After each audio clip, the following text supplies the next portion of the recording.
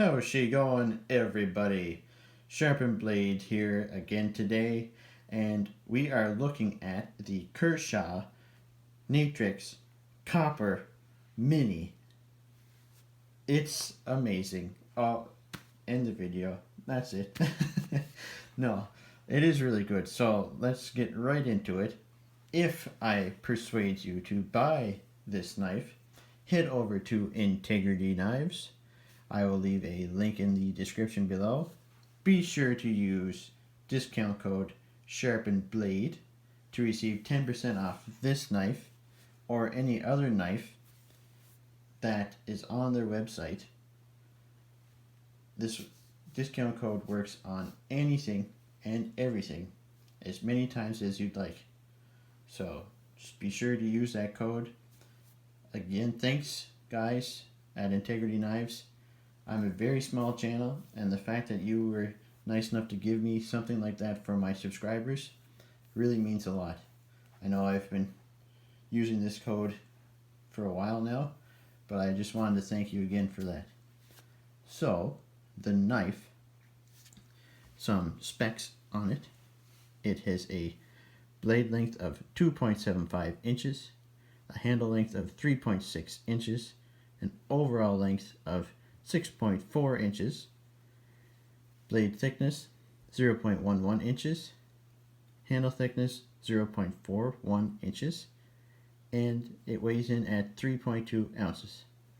Now that weight is coming from the copper scales, which I mentioned in my unboxing videos. This is why I got the mini, just because, not that I don't like heavy knives, but I figured this would be a nicer weight and an overall nicer package to try out copper scales.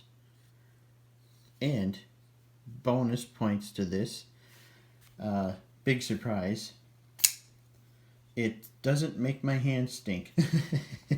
That's the main reason why I was holding off getting copper knives, was because I pictured my hands smelling like pennies. We don't have pennies in Canada anymore, but when we did have pennies, they are stanky. But of course, there's millions of people holding those pennies. So anyways, that's just gross. But yeah, no, there's a copper smell to this, obviously, but it's not anything bad. So if you're like me and you said, I don't really want a copper knife, or a knife with copper scales, because it's going to make my hand stanky, don't worry about it. It's really not that bad. You can smell a faint little bit of copper on your hands, but it's not like stanky pennies. So anyways, yes, back to the knife. Just thought I'd throw that out there as a little PSA to people. So, knife, as you would have seen, the action on this is incredible, super snappy.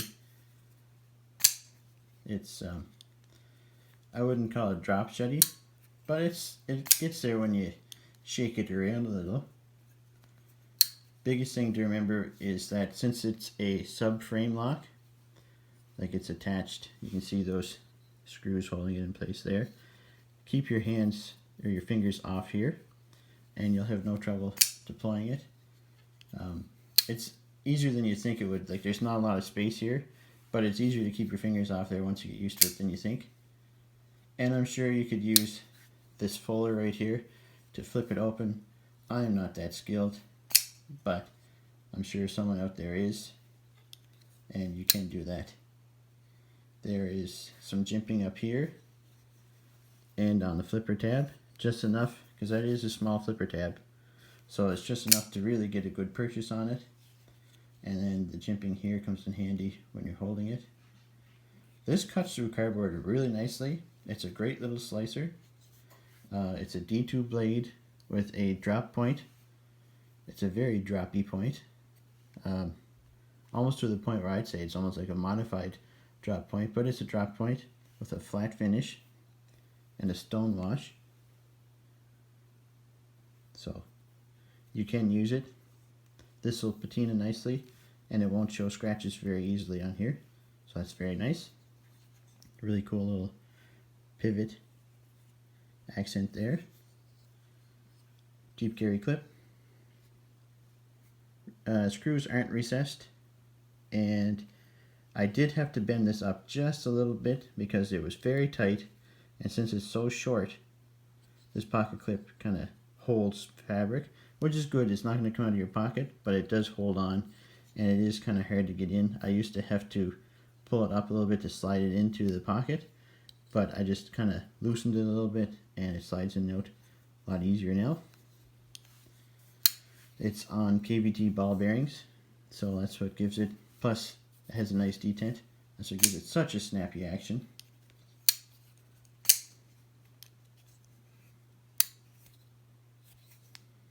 It's heavy for the size, like relatively heavy, but it's not bad. You're not really going to notice it in your pocket. It's over the ounce per inch, but it's not that bad.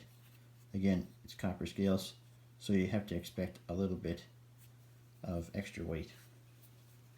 Also, nice back spacer. Believe that to be G10.